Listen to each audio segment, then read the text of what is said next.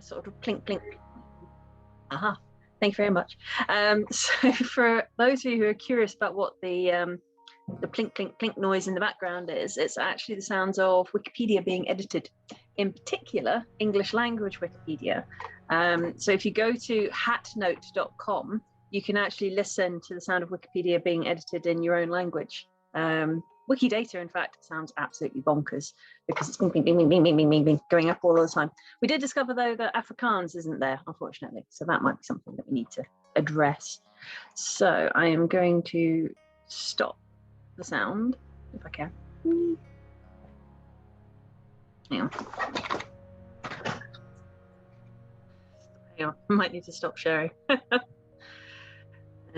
Don't share sound. Share. I just love technology. Give me 2 seconds. I'm just going to shut the hat note up.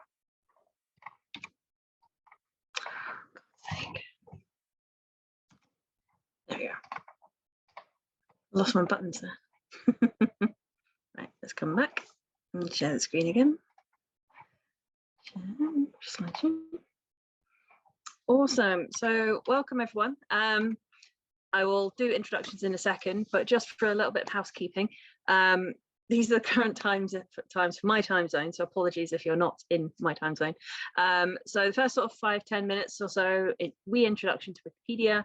We'll then do a little bit of training. There'll be plenty of comfort breaks, info on the sort of wiki guidelines, and you also get the chance to have a go editing Wikipedia with us. As far as possible, just to avoid feedback, if you'd stay on mute and type chat questions into the chat, that would be grand. You can also feel free to interrupt me. I do have a tendency to talk slightly fast because I get very enthusiastic about things. So if you need me to slow down, just unmute and say, Kirsty, chill, go over that bit again, calm. Because I love this stuff and I get a bit overexcited. So do tell me if I'm going too fast for you. Especially if English isn't your first language. So bog standard housekeeping, you're all grown adults. If you need to deal with children, deal with pets, answer the front door, feel free, go and do that. If you're desperately in need of a coffee because it's 3 in the morning where you are, go and get a coffee. That's absolutely fine. You can leave your cameras on or off, it's entirely up to you and depending on your bandwidth. So don't feel embarrassed if you need, don't feel worried if you have to turn it on off at all. So a couple of Zoom basics just for those if you're new to Zoom. There is a mute button, which is down here. We also have a video button as well. We also have participant reactions. They'll either be underneath the sort of in the participants box, or they'll also be in this reactions box down here. And you can also chat to everyone, or you can chat into someone particular, especially if you need to bring something up with myself or Abd, who's my co-host today. You can message us directly if you need to do that. And if you want to rename yourself, you can. If you want to add your pronouns, you can. So feel free to get stuck in and explore Zoom a wee bit. But for now, I'm going to do a couple of introductions. My name's Dr. Kirsty Ross. I am a public engagement professional, depending on the day of the week, either at the University of St Andrews or at the University of Strathclyde. I'm a researcher by training, a microbiologist, and then discovered I was having far more fun doing this sort of work than I was doing research, so probably like quite a lot of you. So jumped ship and became a full-time public engagement professional back in 2015. At the moment, my 3 job titles are Explorathon Project Manager, so if anyone's involved with European Research Night, give me a shout. I'm also Industrial Liaison in Computer Science at St Andrews. And during COVID, Abd and I and Sarah and a couple of other colleagues co-founded a shiny new network at the University of St Andrews called the Idea Network. I also, on 1 day a week, have a knowledge exchange associate job at Strathclyde, so it gets a bit confusing. What I will do, I'll just pass over to Abd to introduce himself. Abd, are you okay to say hi? For sure. Hello, everyone. I'm Abd Settar Ardati. So glad to join you today. As Kirsty mentioned, this is one of the things that's very close to our hearts, so we get really excited whenever we get the chance to work with people like you, or train the next generation of Wikipedians or Wikipedian people interested in this domain. So me, myself, I'm a collaboration enthusiast who's exploring ways to fill open knowledge gaps. I've just submitted my PhD thesis last week. And so it was also about Wikipedia, researching ways to bring people to collaborate in real time or writing articles. Hopefully that's something happen in the future. Currently people only able to work asynchronously on articles, so that's kind of my domain, and I'm very happy to join you today. Please, if you have any questions, don't hesitate to drop it in the chat here, and I will be willing to kind of also drop links and provide supports now or later on if you feel that you would like to drop me a line or two about my research or about this session's content. Please don't hesitate. And thank you so much, Kirsty, for this opportunity. And thank you, everyone. So back to you, Kirsty. No worries. Thanks, Ed. And the last member is Sarah Thomas. Couldn't be here today, unfortunately, who loves hiding behind Wikipedia merchandise, but she's also the Wikipedian for Scotland. So she's been a massive, massive help in terms of supporting the idea network from a crazy idea that Abd and I had turning it into reality. So just as a little bit of framing for the session, we have a friendly space policy that applies to any session that we do to connect to the idea network. And the goal of this session is to create an encouraging space for collective learning. And this requires intentional behavior from yourselves, wherein participants are conscious of and accountable for the effect of their statements and actions on others. We respect our experiences and the experiences of others and recognize we can't do this work with one another, without one another. And we agree to hold each other accountable to foster a brave and friendly space. So if you feel at any point that this policy is being breached, then just drop Abd and I a direct message and we will deal with that. So formalities out of the way. I'm going to talk a wee bit about the underrepresentation found on Wikipedia and her sister projects just now, and how myself as a public engagement professional is using my practice to try and change this. So in terms of Wikipedia editors, the vast majority of people who edit Wikipedia are men. It's somewhere in the region of 87% are men.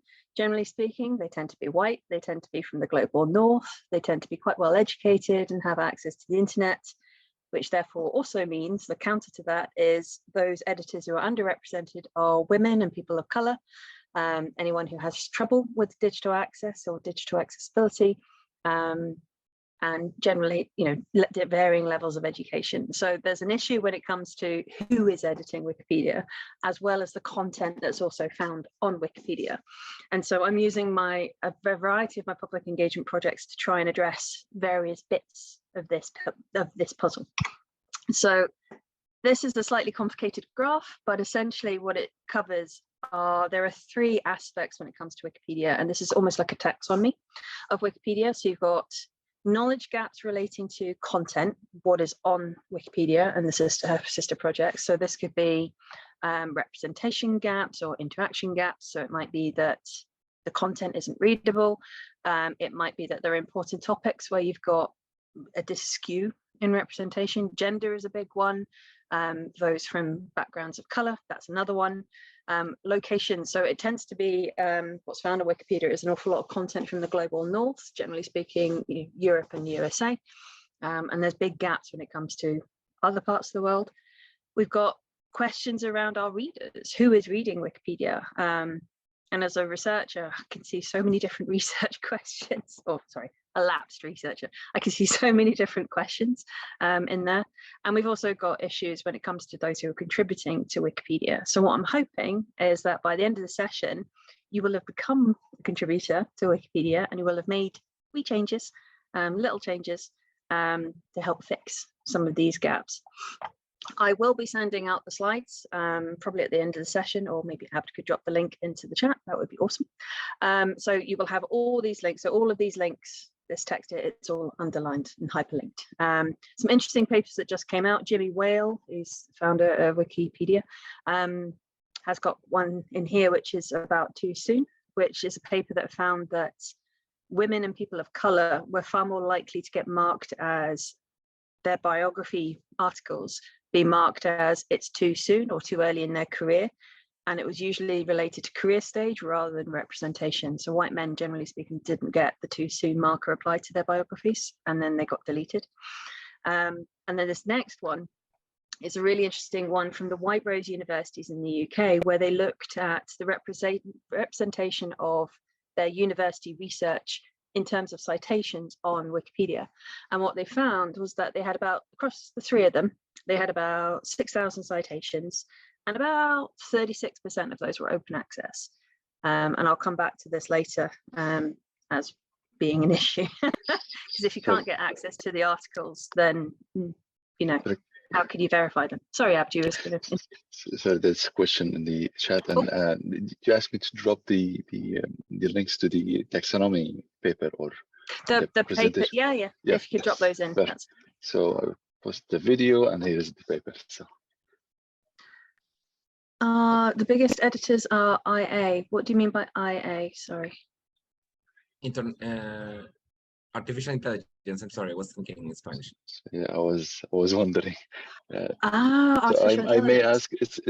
It's more of bots, like the community. That's kind of one of the reasons that got me to research Wikipedia, is that over time there was over reliance on the bots in helping editors in filtering out certain edits coming to Wikipedia and so on. So you will find a lot of bots managed by the core community, the administrators, to help them, for example, like just common typos. So that would kind of be a task for a bot to go through all articles to change a certain kind of a typo. So yeah, there's a, but yeah, that's kind of how far it gets from what I've read and researched. So yeah, I mean, bots are often also used for reversing things like, you know, instances of vandalism or swear words being dropped in. You know, it's easier for a bot can reverse that in less than 30 seconds.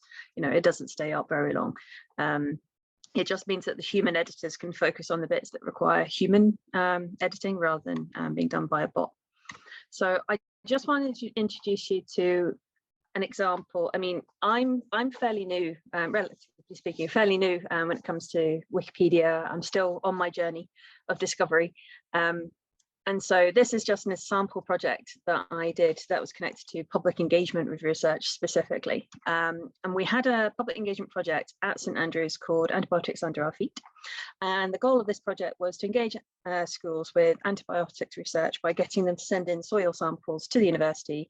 We sequenced the genomic DNA from that to find new biosynthetic pathways for antibiotic production. Now, as part of that, the genetic data generated sequence data.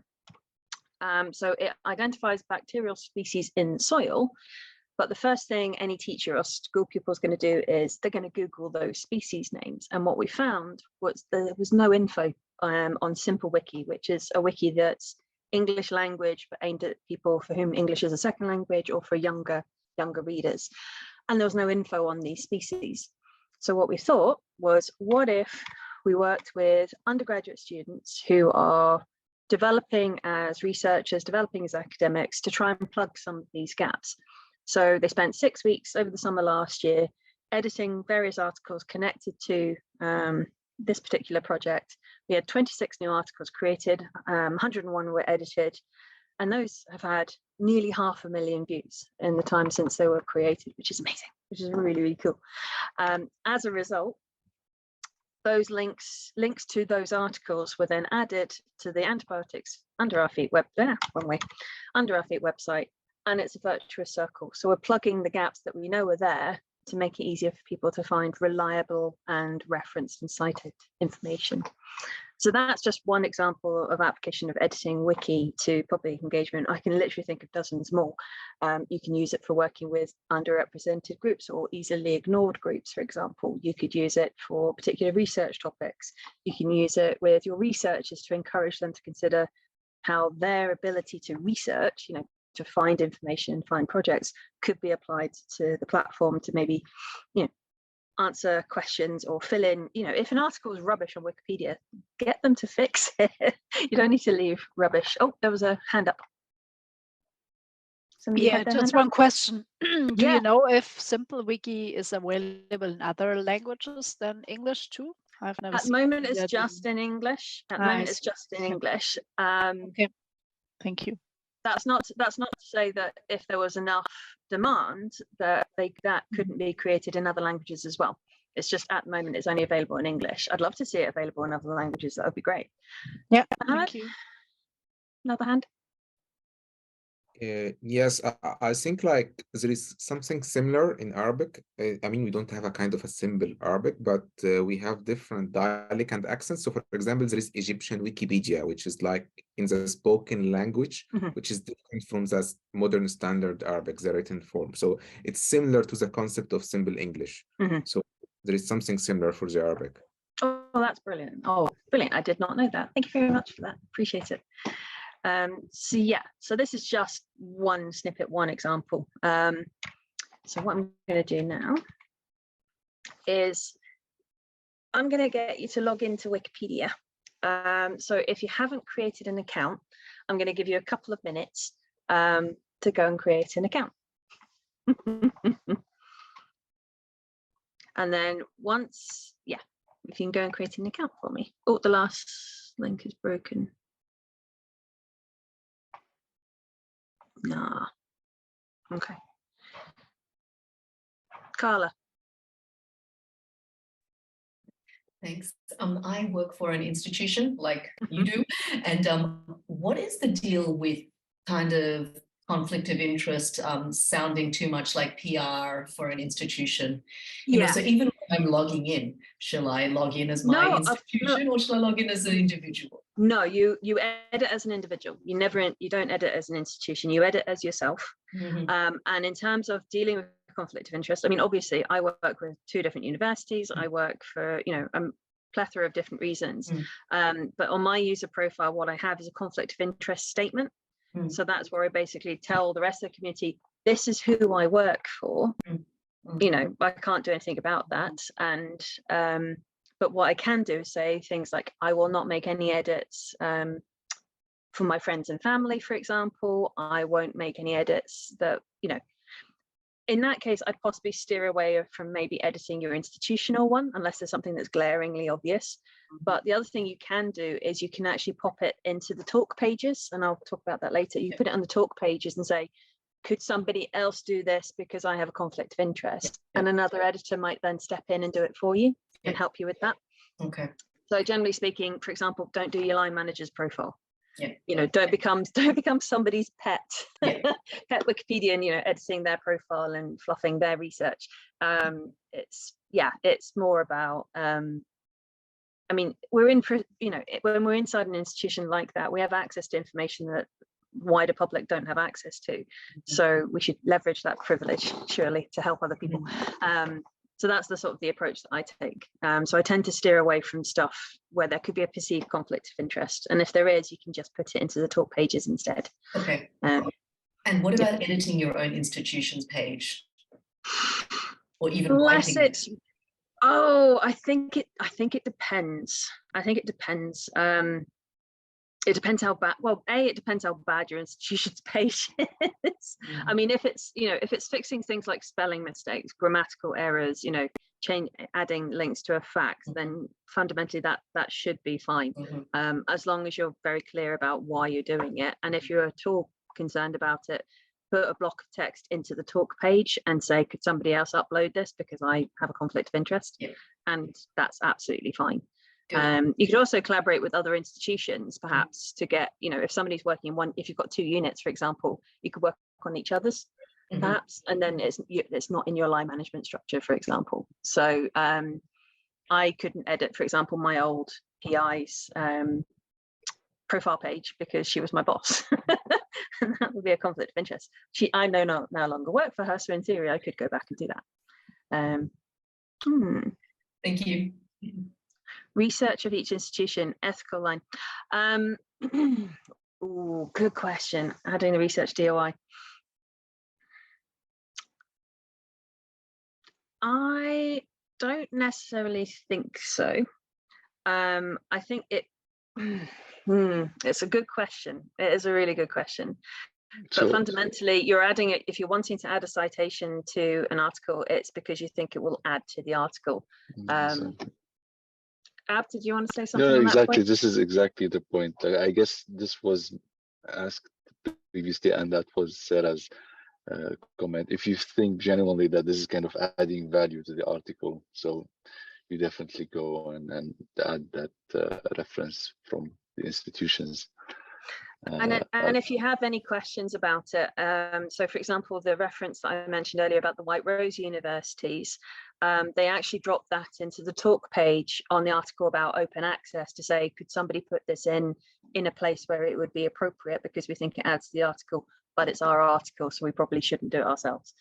Yeah, so that's one way of doing it as well. Common sense and, yeah, basically common sense and motivated thinking. Yeah, essentially is what it boils down to. So I don't know, has everyone had a chance to create their own login to Wikipedia? If you have, could you please put your handle into the chat for us? In terms of name, it doesn't have to be your name. It can be completely anonymous. Don't put your institution into it though. Don't use an institutional name as part of your user handle. For various reasons, it's, for some people, anonymity on Wikipedia is really important, especially if they're editing, you know, sensitive topics that might get them in trouble in their home countries. So yeah, you can use whatever you like. There's some really, really random wiki names and wiki handles, but it's absolutely fine. So yeah, so if you could pop your handle into the chat for us, just so we can keep an eye on it. Thank you very much, Linka.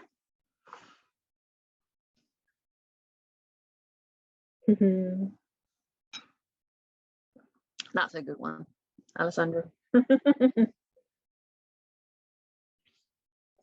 I love seeing what people come up with. They're great. I've gone with the same one that I use for all my social media handles, just because it's easier to remember.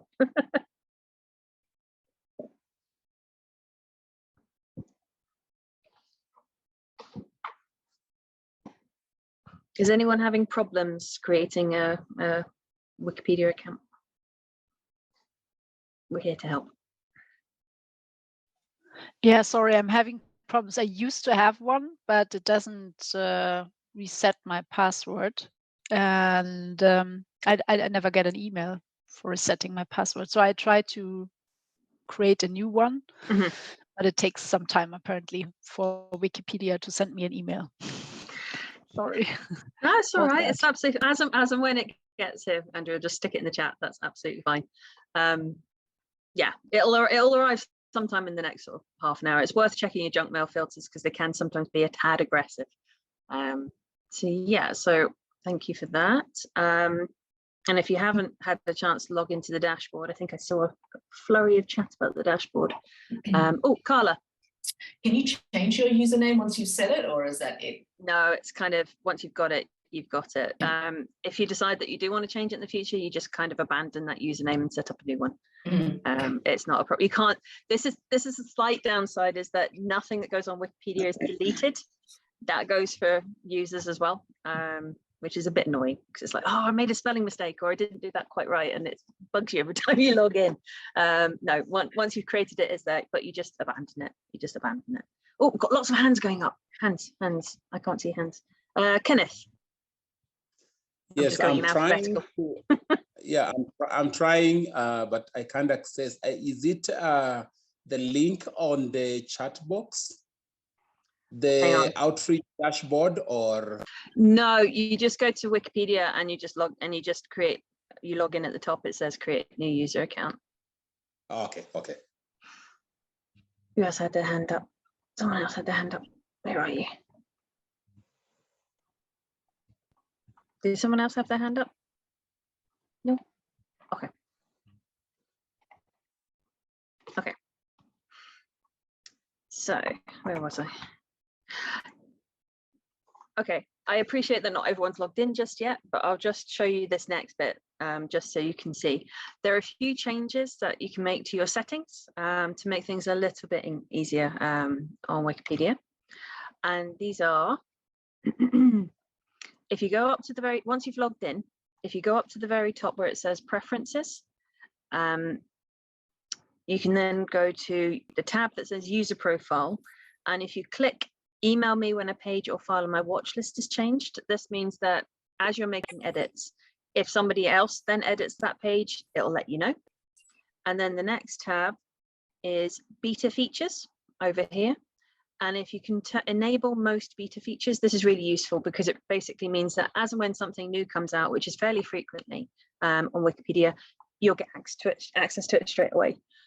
This may look ever so slightly different if you're a new editor, because it may have changed. This is the thing, it changes. So even my training slides go out of date, which is fun. So yeah. Oh, messages. Oh, thank you very much, Andrea. So yeah, so I'll just leave that up so you can get a chance to have a look at that and change your settings. And if you want to give me a thumbs up when you're done.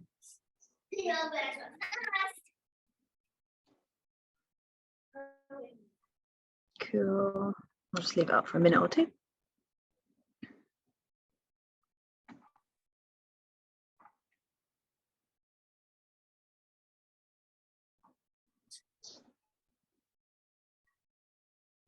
This is a good point if you've got any questions, just to ask your questions.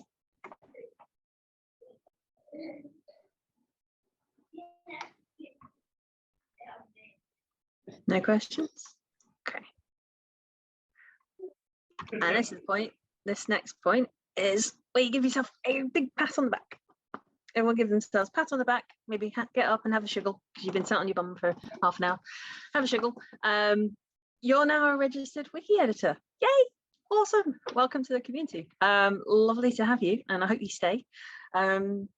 Yeah, congratulations. You're now a wiki editor. It's that straightforward. So if you're working with a community, actually getting people registered is actually fairly straightforward and not very focused. Oh, I think Carla's unmuted. Oh, yeah, there we go. So congratulations, welcome to the community. Now, what do you do now? What do you do now? So today we're going to learn a bit more about improving Wikipedia and helping fill some of the gaps. And you will get the chance to have a go at this later with both Anab and I here so that we can answer any questions, or if you run into any sort of niggles, it's a good chance to sort of answer questions before we let you out into the wild to have a go yourself. So I think that the Wikimedia Foundation is the overarching organization for Wikipedia. And their vision is to imagine a world in which every single human being can freely share in the sum of all knowledge, and that's our commitment. I personally find that quite inspiring, quite exciting, but also it's a project that's never going to be finished. So there's always more that can be done, there's always more to do. But I find that's quite an inspiring vision when you're sort of talking to members of the public about it, or when you're talking to different community groups. It's really inspiring because it's valuing everyone's knowledge, not just, you don't have to be some professor in some ivory tower. Anyone can make the platform better, and every single change is valued. But what you may not be aware of is actually that it's not just Wikipedia. You may be quite familiar with Wikipedia. It's basically an online encyclopedia, that's fine. These are also Wiki projects that you could potentially get involved with, especially actually if you speak a second or third or even fourth language. These are all the other projects. Some of these are more to do with the back end of Wikipedia. So MetaWiki and the Wikimedia Incubator, for example, are the back end of what actually underpins the Wikipedias and all the other projects and actually makes them function. So it's the software side of things. But you've got things like Wiki News, unbiased news. You've got anyone like doing travel journals or travel guides, you can contribute to Wiki Voyage. I'm not sure if it's Wiki Voyage or Wiki Voyage. Maybe mispronouncing that one. This one is the conference that happens every year. I think it's in Singapore this year, which I'm quite jealous to not be going to. Anyone who's a biologist, Wiki Species, that's adding information to Wiki Species. Wiki Quotes, where you find inspirational quotes.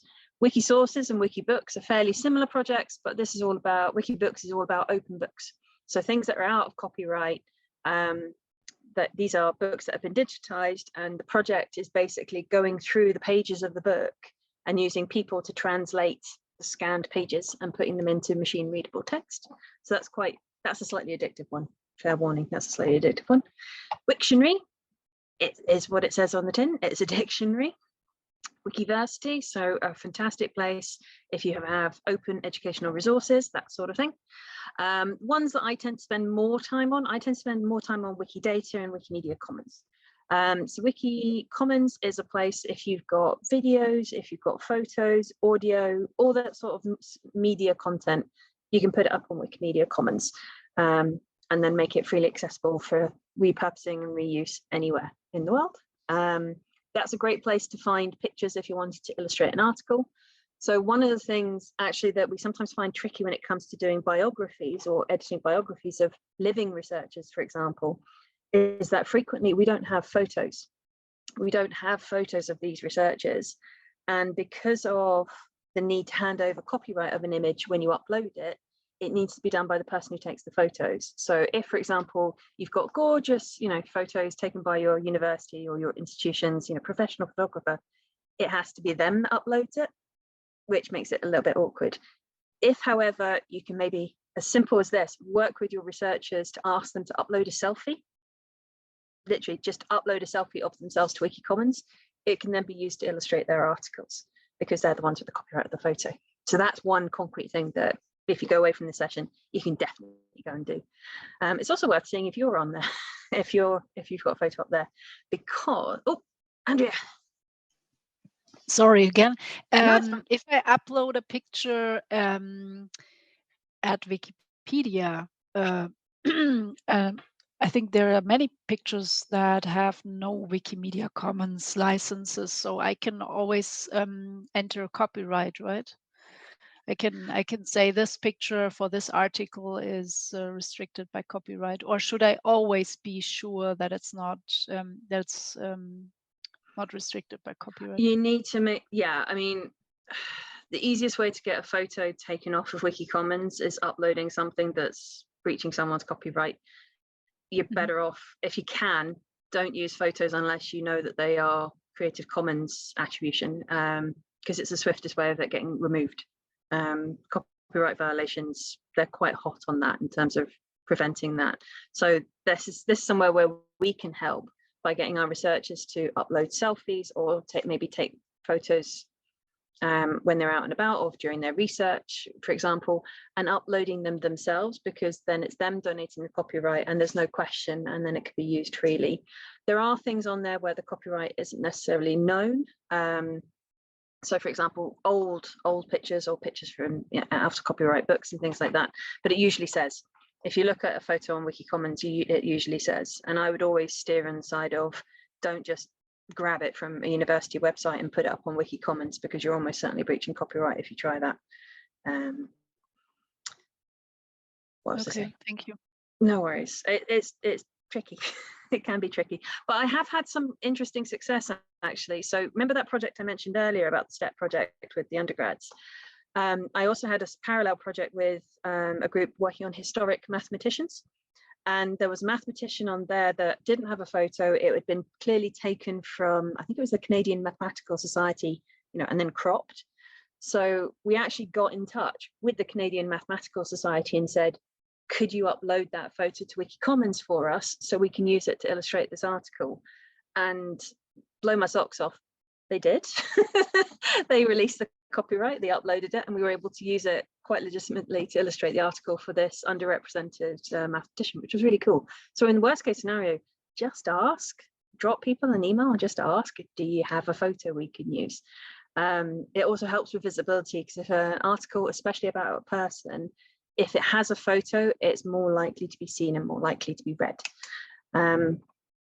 Wikidata, just moving on briefly, Wikidata is also another project where I tend to hang out quite a lot. It took me ages, actually, when I first started, it took me ages to get into editing Wikipedia. I went to an event very similar to this, where they sort of told us all the different things that we can do. And then I just found myself completely overwhelmed. And I was like, God, where do I start? You know, what do I do? And my gateway into getting more involved was actually Wikimedia Commons and uploading photos. And I'll talk about that later. But Wikidata is also quite an easy in, because Wikidata is all about facts. It's all information in Wikidata is language agnostic, doesn't matter what language you upload it in. And it basically revolves around triplets. So for example, Ada Lovelace, that's the person, the object, the thing, is the daughter of, so that's one of the properties that she has. Lord Byron connects to another object, and all information in Wikidata is joined by that. And you can use that really simple underpinning framework to create lots of really interesting connections, interesting maps. And Wikidata has lower requirements in terms of notability. So your early career researchers might be interested in having an article or creating a thing on there about, I am a scholar at this particular university, for example, and adding it to Wikidata, you know, and that can come before they're notable enough to have an article on Wikipedia. So these are all this is the thing. There's lots that you could do. It's working out what bits get you interested, which bits are you excited by and that you fancy having a go at, because you're not going to be able to, or want even, to contribute to all of these. You just have to cherry pick the things that you really like the look of. I mean, I basically have ADHD, so I kind of dot about between multiple things. I think I've actually got a thank you on Kazakhstan Wikipedia, I think, because I corrected one little thing about a title. You end up in some interesting places on Wiki. So this is just some of the things that you could potentially do to help. You could edit a Wikidata item. That's fairly straightforward. So if you have a researcher's name on there, for example, and it doesn't say whether they're a human, you know, add that they're a human, add that they're a person. You could improve pages by literally, you could do spelling mistakes, etc., etc., etc., or adding. Other thing you can do is you can translate pages. This is somewhere where I slightly fall down, because obviously, unfortunately, I'm basically monolingual. I can understand and read Scots English. I can't speak it, unfortunately, as much as I would love to. I'm learning Gaelic and working on it. So you could actually translate a page. So if a page is present in, say, for example, English language Wikipedia, you could do a side-by-side translation into your own language, which takes a little bit of the fear of the blank page of creating something from scratch. Again, adding photos to Wiki Commons is something else you can do.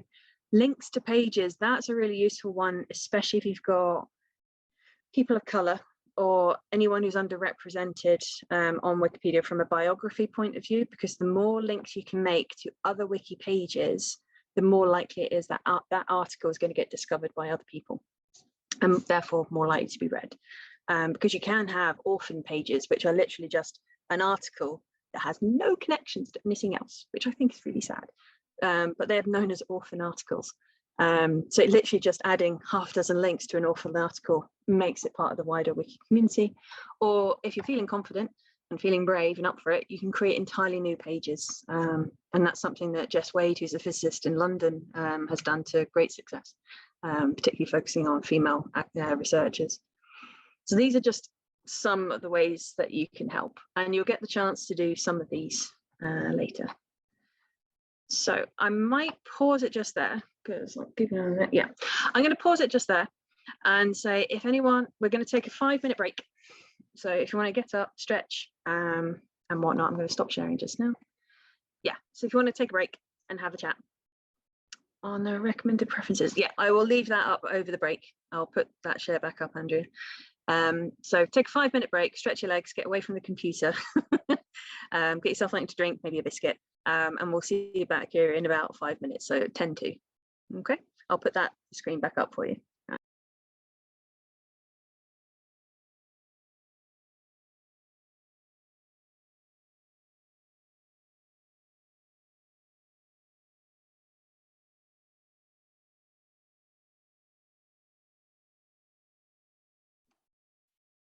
Okay, just going to stop sharing, just so that is 10 to. Can everyone give me a thumbs up if you're back?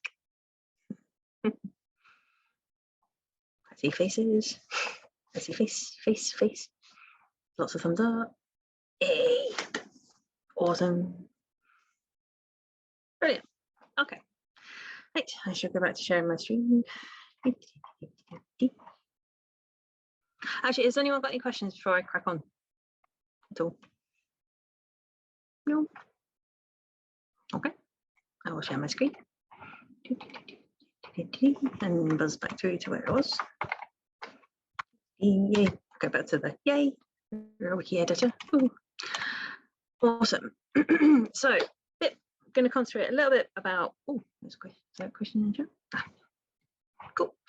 So yeah. So Wikipedia is the biggest of the projects on the platform. It's completely volunteer-led, and there are 314 language versions, I want to say. I think Dagbani is the most recent one. English to Wiki is the largest, and it's free and anyone can edit. That's fundamental. 5 pillars. It is an encyclopedia to start with, so not everything needs to be on Wikipedia. It's written from a neutral point of view, which is a fantastic challenge actually to use with undergraduates, for example, or with your researchers, to get them to write an article about their topic from a neutral point of view. It's free content that anyone can use, edit and distribute. It's based on the idea of respect and civility, so hashtag don't bite the newbies, for example. But there are no firm rules. The rules are set by the community. So for example, there was a period where there's a newspaper in the UK called the Daily Mail, and the community started to question whether or not you could use the Daily Mail as a reliable reference.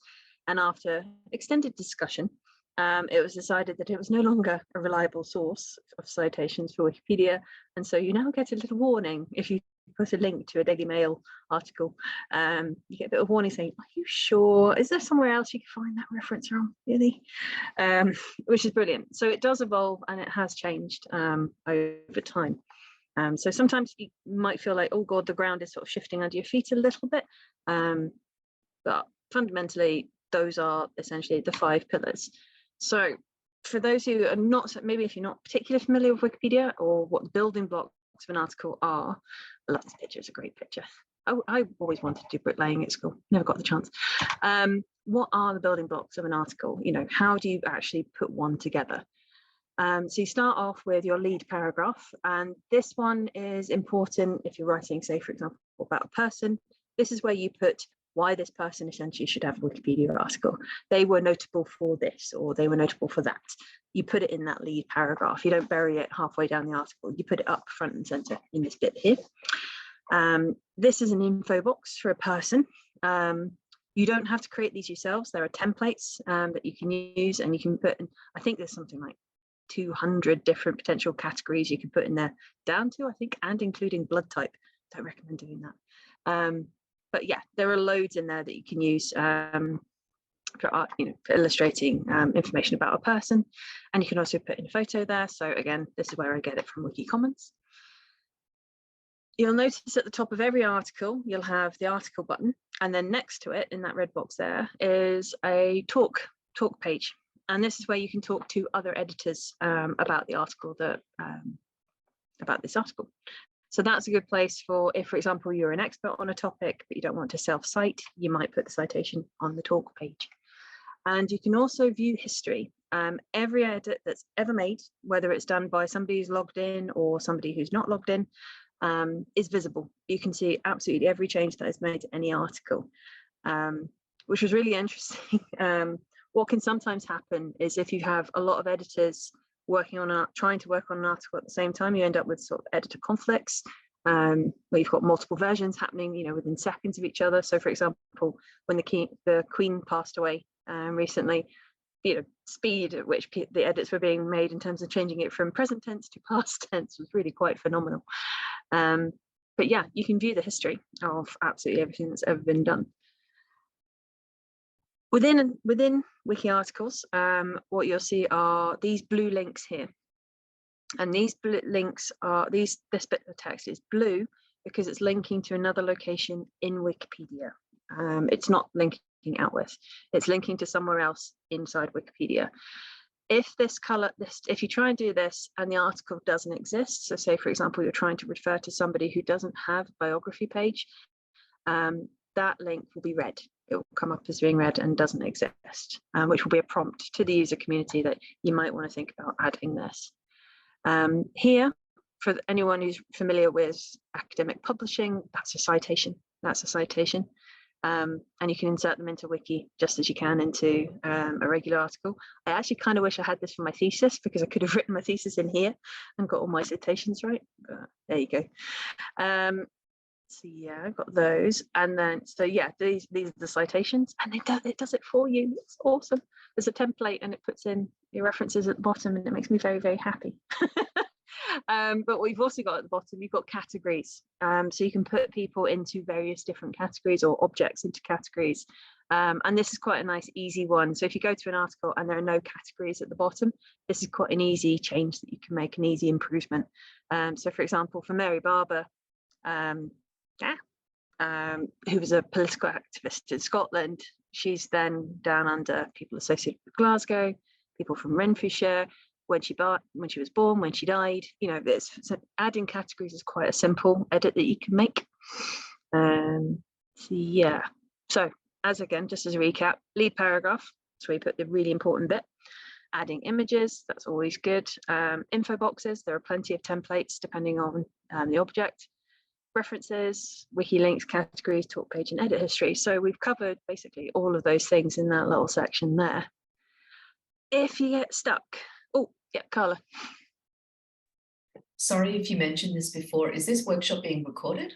Yes. Yes, it is. Happy to share. I'm also, I'm going to be sharing the slides as well. So all the links will be in this as well. If you get really stuck, the grey bar that's down on the left-hand side of every wiki page has the community portal, and that brings you a place called the Tea House, where editors get together and chat. I mean, there are some editors that will literally sit in the tea house and help people, which is very cool. And that's where an awful lot of questions can be answered. You can have a chat around the village pump. I think it's the essential water cooler conversation, basically. So yeah, so that's that. So how do we actually edit? So editing, they've changed this recently, and this was part of the reason why I got you to turn on the beta features, because we've got something. If you can edit a Word document, you can edit Wikipedia. We've now got something called the visual editor, and it is basically Word, which is quite convenient. So you can add paragraphs, you can add basic formatting. This little link here, this little chain, is adding links to other Wikipedia pages. You can also link to external websites as well. If you want to add a reference, you go to the cite box. So yeah, so what I might do, actually, it's probably easier, is let's give it a go. So I'm just going to come out of this, stop sharing, and I'm going to share. Okay.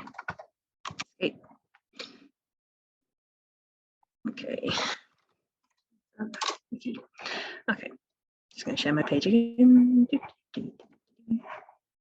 There we go. So this is MetaWiki. So that's just meta at wikimedia.org. And the reason I like editing in this particular user space is because if you edit it here, it duplicates your user profile across all the other projects that you might be interested in doing. So rather than having to create individual profile pages on all the different projects that you're involved with, it copies and pastes it essentially. So it's quite nice. So this is me. I'm not currently logged in. I'm just going to move someone's face. There we go. I'm just going to log in. And so this is my user page. When you log in for the first time, your user page is probably going to have a red link. It doesn't exist. So I would recommend logging in at MetaWiki and editing it from here. But to edit this page, any other page on Wikipedia, you click on the edit button. And then what comes up?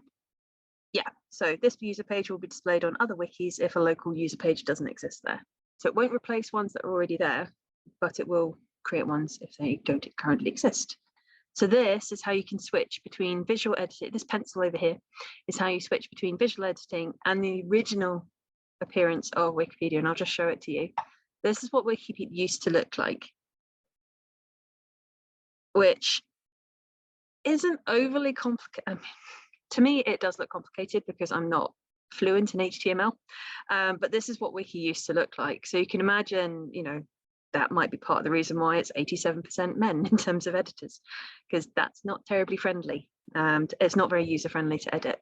So visual editing was a pretty quick change that they brought in to improve things. So yeah, like I said, up here, here's all your different headings and paragraphs.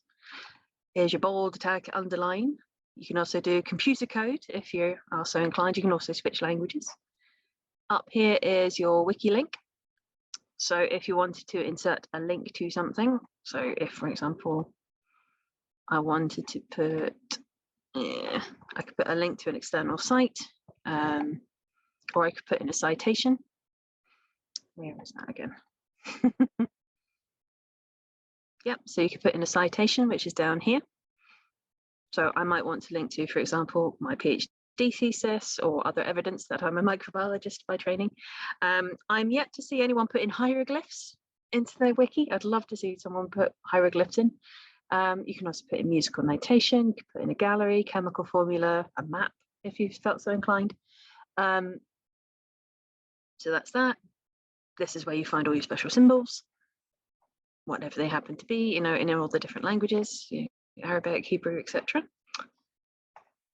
So yeah, so what I'm going to do is get you all to have a go at this. So I'd like you to go to meta.wikimedia.org, log in and have a go at creating your user pages.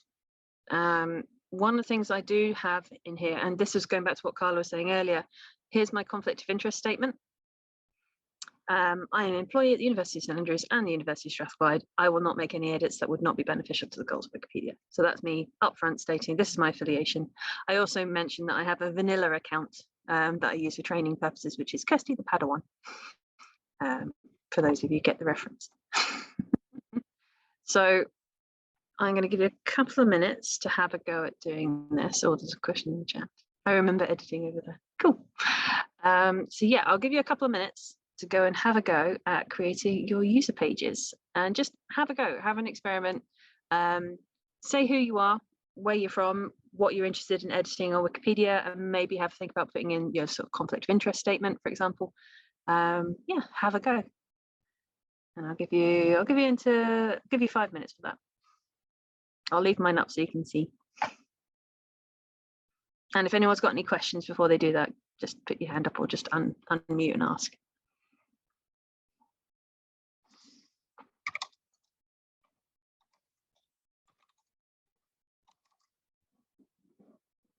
Kirsty, yes. Did you make that box, that info box at the beginning? No, it's a template. Is it a template? How do you get that? So if you go up here, so you go to insert the drop-down box, and it's template. There are a lot of different templates, just fair warning. And you just start typing. So if you just start typing Wikipedian, yeah, you can pick various ones like this. There's a lot of them, to be honest. I think that's the box for it. Hang on, give me 2 seconds. I'm just going to see what it looks like in source editing, because that can sometimes tell me what it is. Yeah, it's Wikipedian. It's a wiki table. Yeah, let me go back to visual editor. That's the thing, I've created this a while ago. I was trying to remember what I did.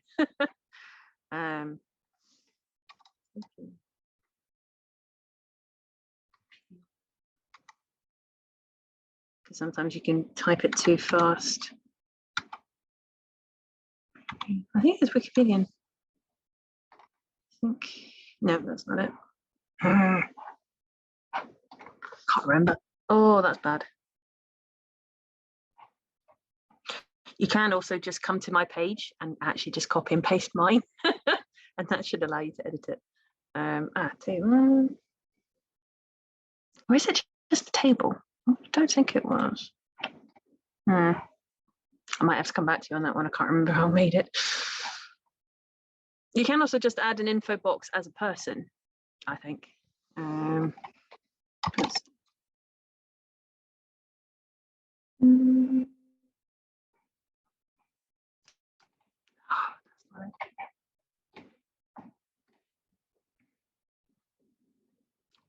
Remember.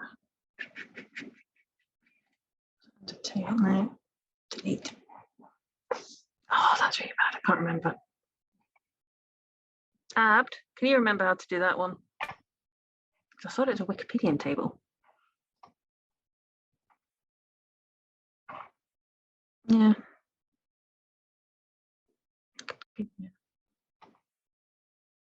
Yeah, you can also come in. Yeah, Abd. Can't remember how I did it. Is it adding the link to just? No, it's putting in a Wikipedia table. Okay. I did it ages ago and I can't remember how I did it because I think I did this in English Wikipedia and then I copy and pasted it into MetaWiki, so I might have mucked it up. I will look it up and get back to the chat with some you. more information. Don't worry about it. Thank you, Ab. Much appreciated. Cool. Okay. Sorry, me. Right. Okay. So let's come back to. Oh, the Zoom box gets in the way. Okay. I'm going to come back to my slides, and we did have a break and a little bit earlier, so I might crack on if folks don't mind. Can everyone see that? Abs, can you see that? Okay. Cool. Yes. Thank you very much. So this is going to be a bit of me talking, but at any point, feel free to just interrupt and ask questions, especially if I talk too fast or say something that confuses you.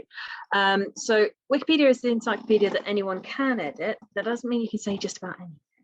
So we're going to go through a few of the rules. So there are 7 rules. So you've got your 5 pillars, and then you have basically 7 sort of overarching rules. So encyclopedic tone. And what we mean by this is it needs to be factual, it needs to be neutral and represent what's already known, and it shouldn't be subject to exaggeration, speculation, or pulling together and drawing new conclusions. And what do I mean by that? So this one is a good example. So I'm going to go in, wrong way.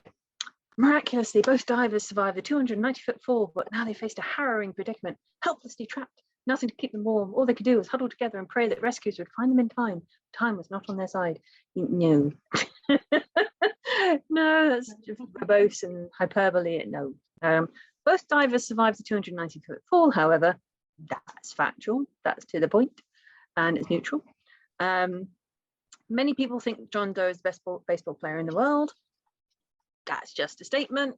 However, if you rephrased it to say, John Doe's baseball skills have been praised by baseball insiders such as Al Kaline and Joe Torre, and then put a citation, that's absolutely fine.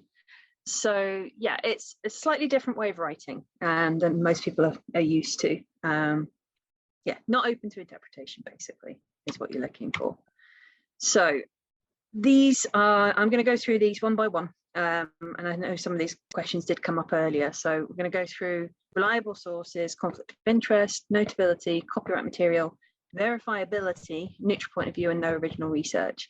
So I'm going to go through these one by one with the medium of animals. So we have our reliable sources, raccoon. Wikipedia articles should be based on reliable published sources, making sure that all majority and significant minority points of view that appear in those sources are covered. If you can't find sources, then Wikipedia probably shouldn't have an article on it. This can pose a real problem if you're trying to write about underrepresented topics or underrepresented people, because there is a systemic bias in who is talked about and who isn't. So for example, finding reliable sources about women, people of color, those from the global south, for example, can be really difficult because they're not being written about. And if they aren't written about, then we can't find sources to talk about them and use citations or Wikipedia. There is something that you could potentially do to help with that, which is to write the sources. So it might be, you know, if you're being asked to do a profile on, you know, a historic researcher from your institution, for example, you might pick a woman of color or a person of color or any other sort of underrepresented group. It's about, you know, you could potentially create those sources to enable you to actually have references that you can use. So reliable sources are things like academic textbooks, broadsheet newspapers, published books, peer-reviewed journals, and reputable websites. They are not tabloid newspapers, self-published blogs, and personal conversations. So if, for example, you want to write an article about somebody, but the only sources that you've got are puff pieces, essentially, or PR pieces that the university have done about that individual, then they may not be notable enough. And that's not really a diverse range of reliable sources. You want at least 3, minimum of 3 about a particular topic or a person or an object, to actually create an article about them. The vine snake of verifiability. I like this one. Verifiability means that other people using the encyclopedia can check that the information comes from a reliable source. So you were probably told in school or at uni, don't cite Wikipedia. It's like, no, you don't cite Wikipedia. You cite the citations at the bottom. And this is where sort of the crossover comes between Wikipedia and open access starts to kick in. So, for example, if you're based inside a university or an institution that has subscriptions to various journals, that's fantastic. It gives you access to information, but it's highly likely that a lot of the articles that you have access to might be stuck behind a paywall. So one of the things that I'm trying to encourage when I do these training sessions is see if you can find the open access version of that article. That most authors can lodge, author preprint copies of their articles with their institutional repositories, for example, which generally speaking are open access. So if you can, try and cite that version if you can, rather than say one that's stuck behind a paywall, because if other readers and other authors can't verify that the fact that you've used, that the citation that you're using is accurate, then they can't verify it. So it falls down on verifiability. Conflict of interest capybara. Yeah, we had this come up earlier. This involves contributing to Wikipedia about yourself, family, friends, clients, employers, or your financial or other relationships. And essentially, it's incredibly strongly discouraged on Wikipedia because what you want to avoid are PR companies coming along saying, we will edit your Wikipedia article. It's like, yeah, okay. Yeah, it's strongly discouraged, including paid editors, and you're expected to disclose it if you seek to influence an affected article's content. This is where you basically try and steer away from anything where there might be a conflict of interest or even a perceived conflict of interest. There has been sort of ongoing discussions within sort of English language Wikipedia about what is the role of, say, for example, Wikipedians in residence or student interns who you might get to edit articles. And generally speaking, in English language Wikipedia, other wiki communities have differences of opinion on this, but generally speaking, that's okay, as long as they're not editing stuff about themselves or about their employers. If they're working on, say, a project, so for example, the STEP project that I mentioned earlier, then that's generally speaking, that's generally fine. Not everyone has the luxury or the privilege of being able to volunteer and edit Wikipedia. We do have to pay the bills. So yeah. Oh, Carla, got a question. Does translating a page into another language count as PR conflict of interest? Like, so my institution's page, we're in Germany, doesn't exist in English. And I wouldn't say that's a conflict of interest because it doesn't exist in the other page. You are doing something to improve the Wikipedia, and as long as it's not a puff piece of we're the best in the world and you must all come and work here, as long I think it's common sense is, would that be perceived as a conflict of interest? As long as you're explicit when you're, say, making the edit saying this doesn't currently exist in English, I am translating this into English, please acknowledge the fact that I am I work at this institution, but I'm basically doing a straight copy and paste job into English, for example. If in doubt, stick the text into the talk page and see if someone else can sort of basically use that and adapt it and upload it. But I wouldn't see that necessarily as being a conflict of interest. Abd, you might want to feed in on that one. Not on this topic once you are done, because I was writing the description on how to use the info box. I've dropped the link, but I think it might require more than just text description on how to use it. Okay. Yeah.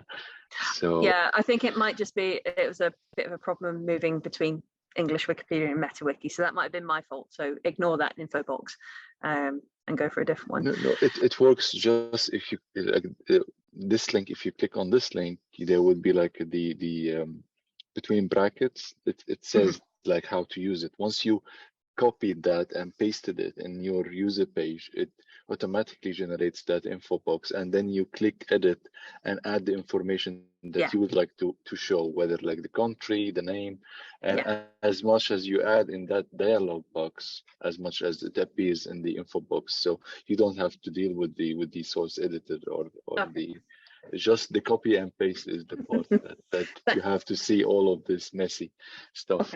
So no worries. Thanks for that, Ab. Sorry, somebody else had their hand up. Who was it? Didn't see it. Someone else had their hand up. Feel free to unmute and ask your question. No? Okay. It's so conflict of interest stuff. It's kind of common sense. It's using your common sense of, if somebody else were reading the edits that I'm making, if they would raise questions about it, then maybe steer clear of it. But you can always just put it in the talk page if you're not sure. That's absolutely fine. Normative notability. If a topic has received significant coverage in reliable sources, so those are the sources that we mentioned earlier, that are independent of the subject, it is presumed to be suitable for a standalone article or list. This is one. So back when I was talking about the taxonomy of wiki knowledge gaps, there was an article in there about the too soon article, which is well worth a read, because it shows that the rules of Wikipedia aren't applied evenly or equitably to biographies of researchers, for example. So there's an entire section on Wiki where you can have a look and see at articles for deletion or articles that have been nominated for deletion. And they did some analysis within those and looked at, did the rules of like too soon, for example, or not notable enough apply evenly, and they found that it didn't. And gender and ethnicity was a big factor in that. So generally speaking, male researchers didn't get the comment of they're too early in their career. Women did. They would say, oh, this is just a postdoc, this person isn't notable enough. That wasn't used on the equivalent level of male researchers, which was interesting. And it was the same for people of color as well. So yeah, it can be tricky. But then this comes back to creation of reliable sources, talking about people and sharing information about people, and making sure that there are plenty of reliable sources for Wikipedians to use. But there are an awful lot of guidelines around sort of notability and academic notability. And I disagree to a certain extent of, it needs to be somebody who's won, the Nobel Prize, for example, because the woman who ended up winning it for physics a couple of years back, her article was literally deleted, I think, the day before she got the Nobel Prize, and surprise, surprise, it then popped back up again. So yeah, I think sometimes real world biases, do creep in. Copyright material crocodile. Yes, Wikipedia's text can be freely distributed, reused, built upon by anyone. Copying material without permission, however, that isn't in the public domain or compatibly licensed is going to be a copyright violation, and they clamp down on that fast. Stuff does not stay up very long. We experienced this with the STEP project last year, where well-meaning students were sort of copying and pasting and uploading sort of pictures, and they were taken down within days. So I would stick to using, if you can, Wiki Commons images. And if you're finding that there are gaps, related to your research area or your researcher's research area, see if they can upload some photos. It's a really easy way to get into editing, is donating material and uploading it. If only to make sure that when Google searches for researchers or scientists, it's not all white men with funny hair in specs in lab coats. Just diversifying the content that's available, and say, a researcher can look like me, for example. And the neutral point of view, 9-banded armadillo.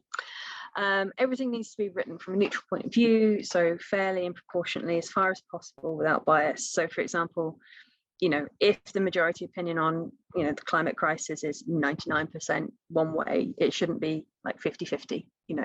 This isn't the BBC. It's not about artificial balance. It's about, is that evenly distributed and represented? What else we got? And no original research Nightingale. I think that's nearly me at the end of that bit. This sometimes throws people because they think, oh, I can't cite research papers on it. That's not what it means. What it means is don't draw your own conclusions in a wiki article. So it's like, because I read this therefore must mean X. Unless you've actually got a citation for X, don't say it.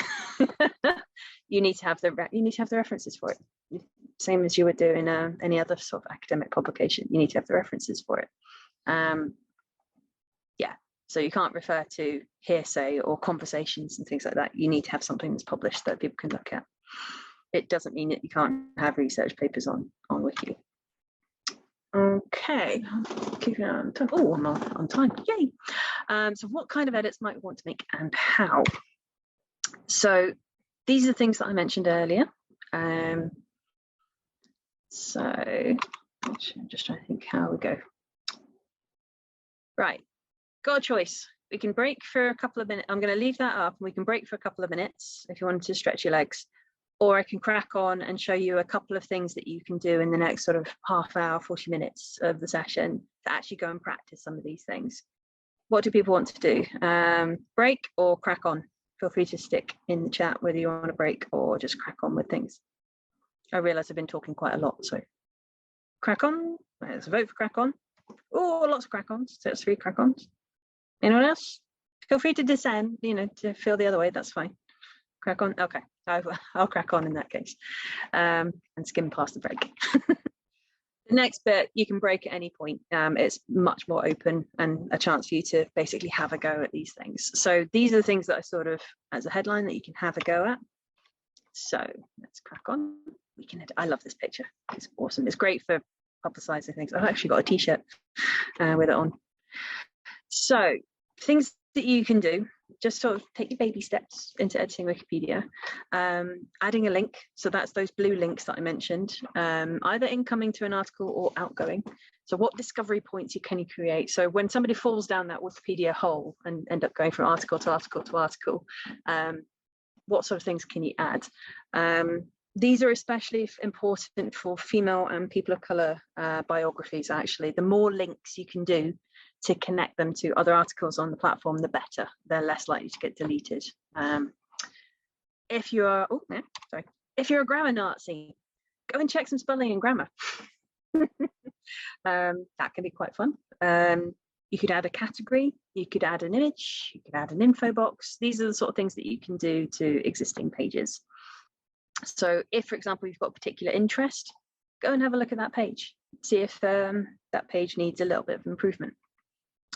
Adding images to Wiki Commons. Oh, I love this. This is what I've mentioned about my sort of slightly addictive bit. There are a couple of projects that happen. So the main one I love Wiki Loves Monuments. This is a photo competition that runs typically in sort of September every year. So it's really useful for European Researchers Night, just FYI. And basically the goal is to add photos of listed buildings to Wiki Commons so they can be used to illustrate articles about those buildings. It's kind of like Pokemon Go for grown-ups. And so what I mean by that is this is Wiki Shoot Me, which is a wee tool that you can use to identify places near you that may or may not have photos. So this is St Andrews. I've changed it. There's a layer thing over here, this sort of stack of papers on the top right. I normally just get it to show me which places have photos and which places don't.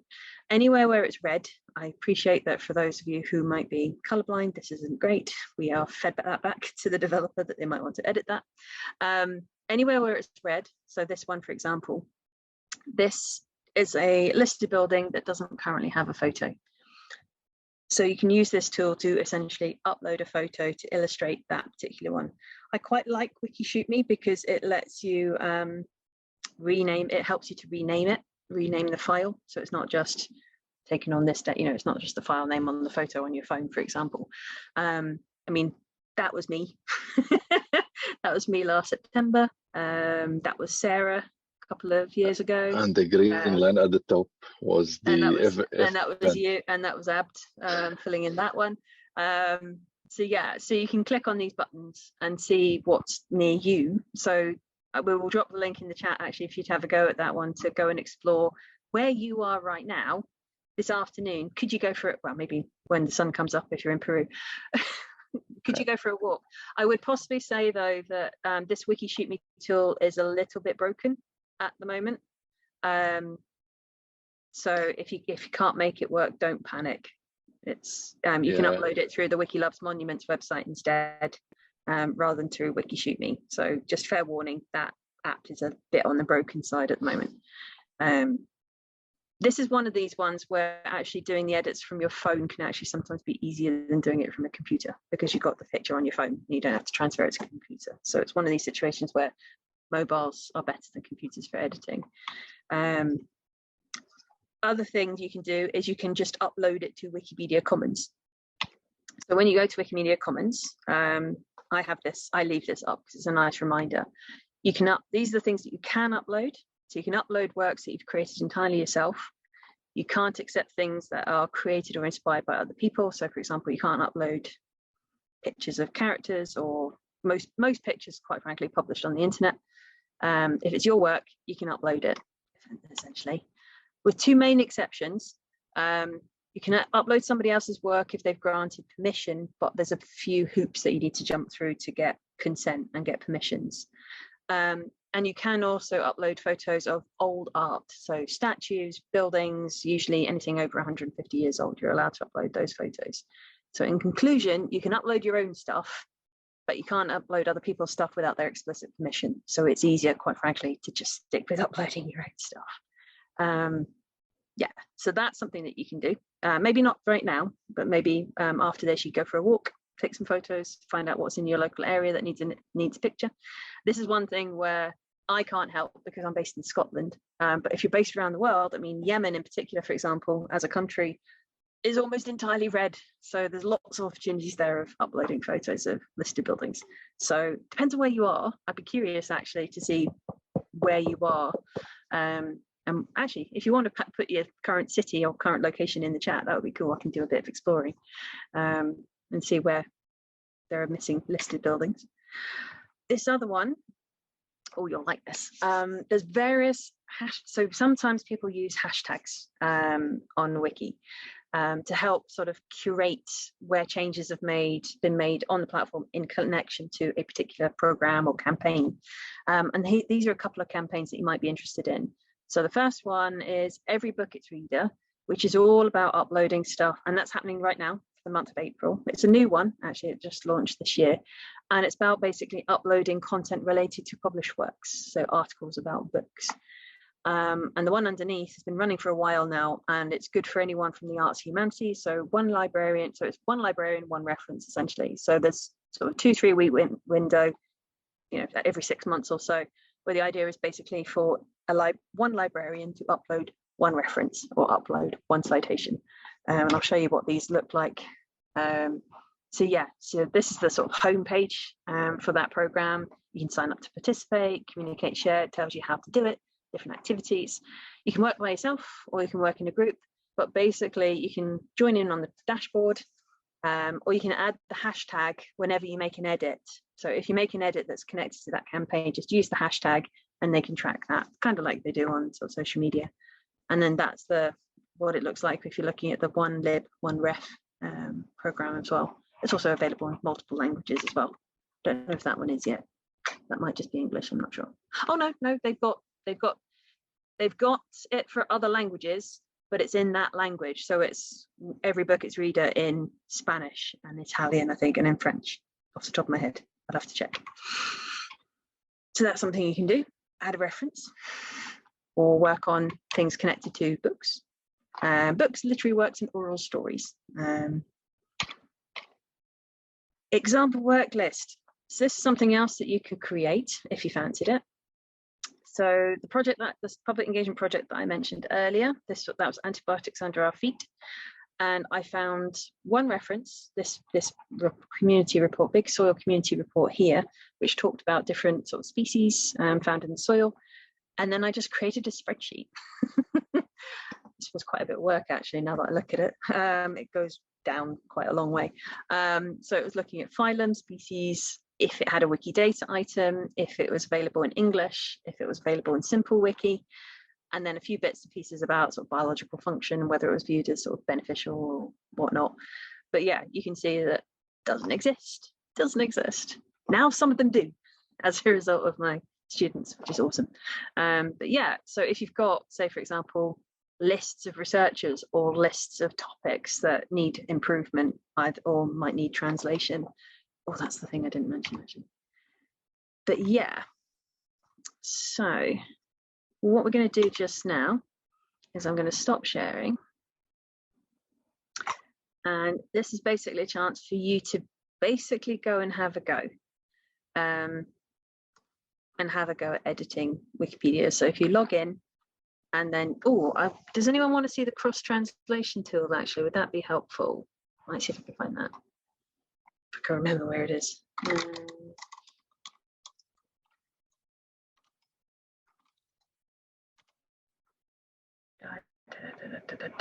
it is. Content translation tool. Yay, there we go. Try it now. Sorry, I've got to log in to find it. Here we go. So I'm just going to put this into chat. So if anyone was interested in translations, that is the tool that you can use to help you do cross translation. So you can find the article either in your language or in another language, and it'll have it up side by side. So you can edit, so you can basically translate one into the other, and then you can steal some of the citations, for example, put them in the right place. But that's quite an easy way in if you speak multiple languages, which I do not. But that's quite an easy way in. Code text box. Yeah, it's the pencil up on the side.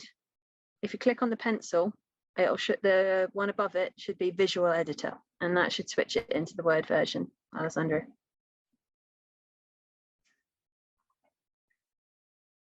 Nice. So I'm trying to think what I'm going to do. What should I do? I need to do some editing. Actually, I might update my work list. I might go and update my work list for Antibiotics Under Our Feet. Have you got anything else to add? I was just about to say, like, I guess the last article we translated was Noor's article, if you remember, and we added a picture for her. We asked her for a picture. So yeah, it's really interesting to see.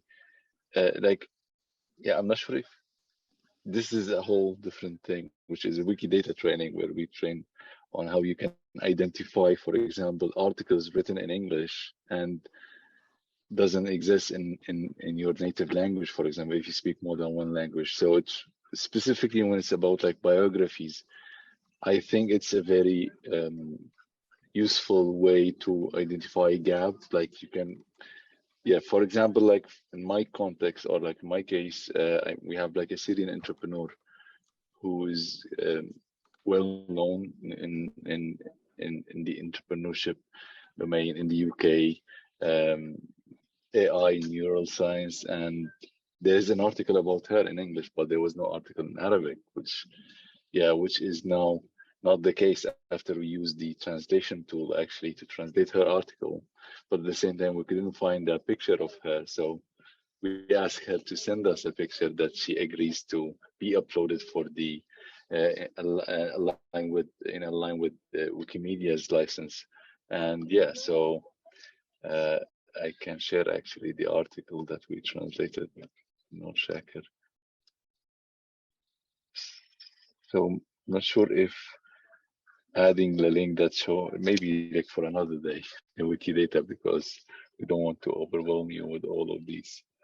It's a lot to take, but it's very fulfilling and worthwhile. So yeah, I mean, this is the thing. I appreciate that you've had quite a lot of information just now, and I'm not expecting you to take all of it in, obviously, because it's a lot of information. It's taken me ages to get used to it and to build up the confidence to actually have a go. But this is basically a safe space for you to have a try. So what I'm going to do just now is I'm going to mute and turn off my camera. I will still be here, obviously, and Ab does need to go precisely at 4 o'clock. He's got something else he needs to get to.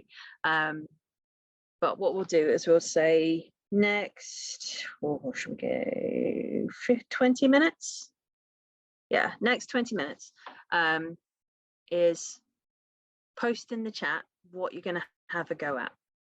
Pop something in the chat of what you're going to have a go at and sort of test the water. And then if you've got a question, just unmute and I will happily give you a hand. Although I've suddenly realised I haven't shown you Wikidata. No, I'll leave that for now. I think I can show you Wikidata if anyone's desperate to see it. But I think for now, bit of space, bit of quiet, just to have a go. And then just, yeah, unmute if you've got a question or stick it in the chat. But for now, I'm going to go and work on my antibiotics under my feet work list. And we'll be back at 5:02. Back at 5:02. I'm going to come back and say hi, everyone. So how did you find, just a bit of feedback, how did you find that? What did you all end up doing? Space for a conversation. I just edited my user page and I just put the link. I said I did that thing where I attended the training by you and then I added a link to your page. Oh, thank you. But I found it quite intimidating, so baby steps. It can feel a bit intimidating, which is why editing your user page is a great place to start, you know. Cool, awesome. So I can come and say thank you. That's awesome. What about you, Alessandro? What did you do? Oh, I did the same, but I'm gonna, my plans are to update some discoveries in science to the Spanish Wikipedia version. Nice. What about everyone else? You can stick it in the chat as well. Andrea.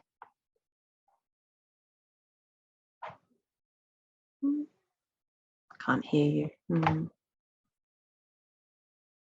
Awesome. I'm going to do one last thing. I might just do one quick thing. 2 seconds. Now, the Idea Network, just a wee plug before I let everyone go. The Idea Network is at St Andrews. And if you'd like to stay in the loop and find out more information about what we're up to, get invited to events and things like that, it would be great to stay in touch sort of beyond this so we can help you and answer any questions. Abd and I literally can talk till the cows come home about this as a topic. So if you needed training or if you wanted to maybe run events together or collaborate on various things that are coming up. So just to put it on your radar, I'm project manager for Explorathon in St Andrews, which means that one of the things that I'm doing is running a Wikipedia editathon at the end of September. And I'm hoping to run sort of drop-in lunchtime legend type things where we have a go at single tasks over the summer, as well as doing sort of similar sessions to this in the run-up to build up, you know, capacity and a bit more confidence. Not expecting you to edit for 72 hours straight, I promise. It's just for, you know, make one edit in a 72-hour window. That's the request. So yeah, so if you want to be in the loop on that sort of thing, it'd be great to maybe add you to our network. It basically involves me putting you in a team, in a Microsoft team, and then occasionally emailing you. Yes, I would love to, but there's no option. I mean, I cannot access with a Gmail account, right? I've just, I haven't put it up. It would probably help if I popped it in the chat. I popped the form in the chat. No, I entered that form and is it not working? I have to log in with a. Oh, sorry, 2 seconds. Oh, that's me. Sorry, I will fix that. 2 seconds. Does it only use a professional or? No, it's. Hang on. I need to collect responses, and anyone can respond. Shorten out. Copy link. Oh, you send the editor's link, probably. Yeah, possibly. That should work. Ooh, could somebody try that? It should take you to a form covered in daisies. Explorathon 2023 Express Session of Interest. Oh no! What? Oh, for God's sake! No, that's not the one. Sorry. This is me looking really professional, so I might suggest that whoever's recording this crops this bit off. Oh, dearie me, dearie me. Sorry, I will fix that again. Sorry. Yeah. It's okay. It's okay. Settings. Anyone can respond. That's it. Responses. Right. Third time lucky. This is the one that you use. Please, Linka, do crop this bit off the video. Don't share this bit because that's just embarrassing.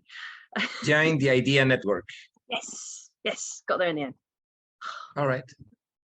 But no, so yeah, so any questions, feel free to drop me an email. I am going to be at the conference next week, Thursday and Friday. Can't make it on the Wednesday, unfortunately. So feel free to come and find me, or if you see me around, come and say hi in person. Looking forward to meeting everyone in person because it's been ages since I've been to a conference. But yeah, apart from that, if anyone's got any sort of more questions or want to ask anything, feel free. Otherwise, thank you very much for coming. Really appreciate it. I will look for you. Yes. Definitely. If you look for a table with DISI, D-I-S. No, I'm not going to be in the event. Okay. Just do come and find us. And like I said, the form's got our email address on the bottom if you wanted to follow up as well. But in the meantime, thank you for coming. Well done, and welcome to Wikipedia. Thank you very much, Dr. Chris. You're very welcome. Thank you. Thanks so much, guys. It was super helpful. Awesome. I'm glad you enjoyed it. See you soon. Take care.